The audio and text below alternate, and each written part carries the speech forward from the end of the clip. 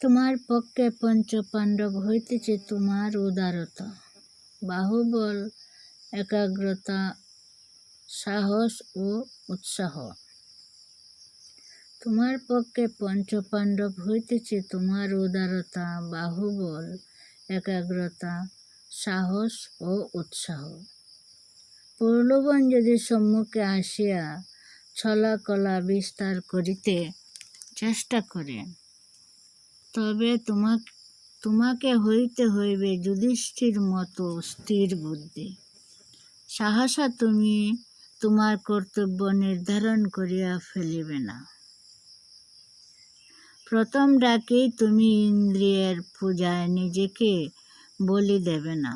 চঞ্চল হইয়া অধীর হইয়া ফাঁসির দড়ি গলায় পড়িবে না।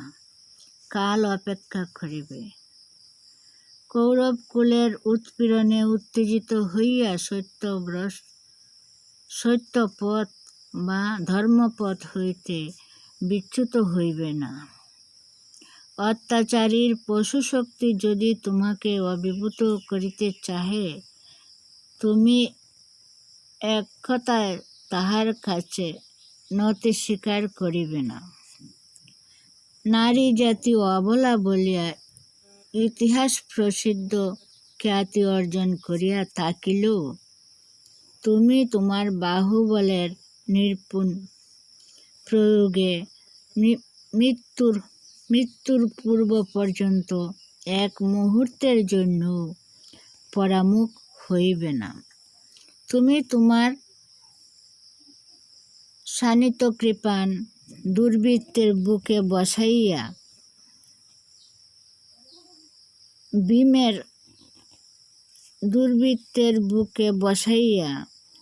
ভীমেরই মতো এক বস্ত্রা রজস্বলা দ্রৌপদীর কটিতটের বস্ত্র আকর্ষণকারী দুঃশাসনের রক্ত পান করিতে কুণ্ঠিতা হইবে না।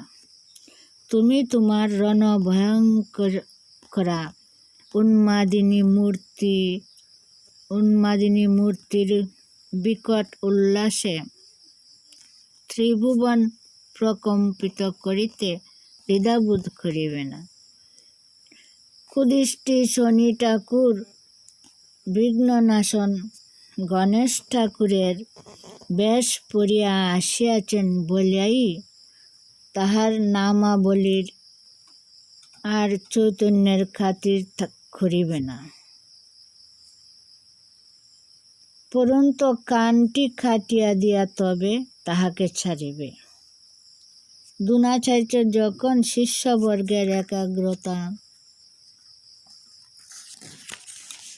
একাগ্রতা পরীক্ষার জন্য একটি পক্ষী নির্মাণ করিয়া বৃক্ষপুরী রাখিয়াছিলেন এবং শিষ্যবর্গকে উহা লক্ষ্য করিতে বলিয়াছিলেন, তখন যেমন অর্জুন পক্ষীর শুধু মস্তকটুকুই দেখিতে পাইয়াছিলেন, আর কিছুই তাহার দৃষ্টিগোচর হইতেছিল না, ঠিক তেমনি যখনই তুমি যেমন অবস্থার মধ্যে থাকো না কেন, পিতৃগৃহে সদাচার শিক্ষার্থী কন্যারূপে